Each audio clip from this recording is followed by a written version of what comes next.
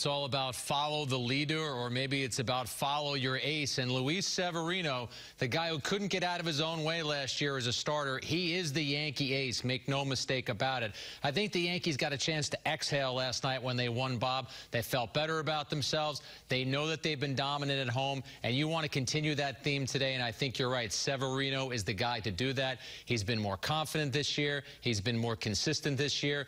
And in a rotation that includes a lot of guys with better resumes than he, three of them. He's got a better resume than Jordan Montgomery. He is the guy who's the #1 pitcher for the Yankees right now. All right, and a reminder to our viewers, the game itself at the top of the hour is on Pix 11, but we've got you here for the pre- and post game. With that in mind, let's get you out to the stadium now. Ryan Ruocco is in for Meredith with the clubhouse report. And Ryan, let's talk a little more about Luis Severino. We know that Joe Girardi doesn't like to say, this is my ace, and label a guy that, but he's got to be at least the de facto ace right now, is he not?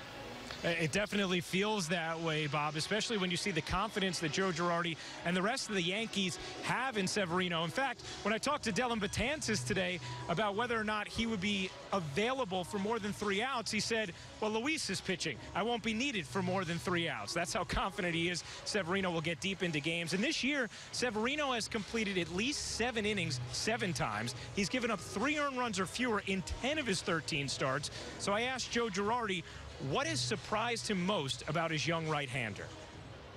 His consistency. And he's been pretty good staying away from big innings and getting deep into games for us. When you see Severino's numbers, he's amongst the league leaders in so many major categories. It's such a far cry from what we saw at the beginning of last season. I was talking with Luis a little while yesterday, and I said, what's the biggest difference between last year and this year? He said, last year, I was trying to be too perfect with every pitch. This year, I'm just trying to throw strikes. He also said that last year, once things started off poorly, he was taking the mound with the context of his struggles, feeling the weight of 0-2, 0-3, 0-4.